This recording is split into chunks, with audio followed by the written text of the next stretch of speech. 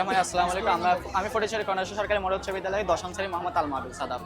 যে আজকে আমরা যে মডেল দেখতে পাচ্ছি, এটার মুখ্য বিষয় হচ্ছে বৈশ্বিক যে আমাদের বর্তমানে যে একটা খুবই বড় একটা সমস্যাটা হচ্ছে জ্বালানি সংকট।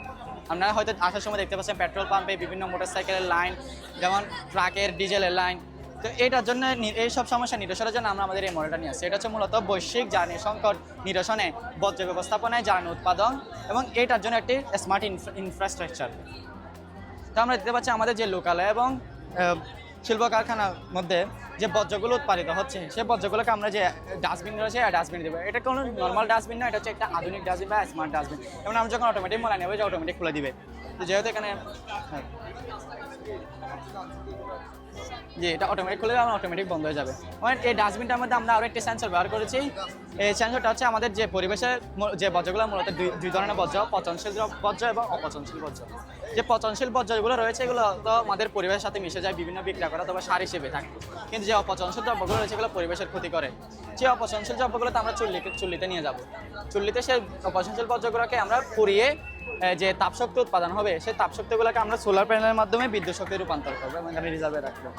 আবার এই চুল্লিতে যে আবার যে ধোঁয়াগুলো উৎপন্ন হবে, অর্থাৎ কার্বন ডাইঅক্সাইড গ্যাস, সেই কার্বন ডাইঅক্সাইডগুলো আমরা কার্বন ডাইঅক্সাইড চেম্বারে রাখবো, এখানে রিজার্ভেশনে রাখবো। এবার আমরা আবার দেখতে পাচ্ছি এখানে আমাদের যে লোকালয়টা আছে, এখানের মধ্যে আমরা একটা আধুনিক ড্রেনেজ ব্যবস্থার সিস্টেম করেছি।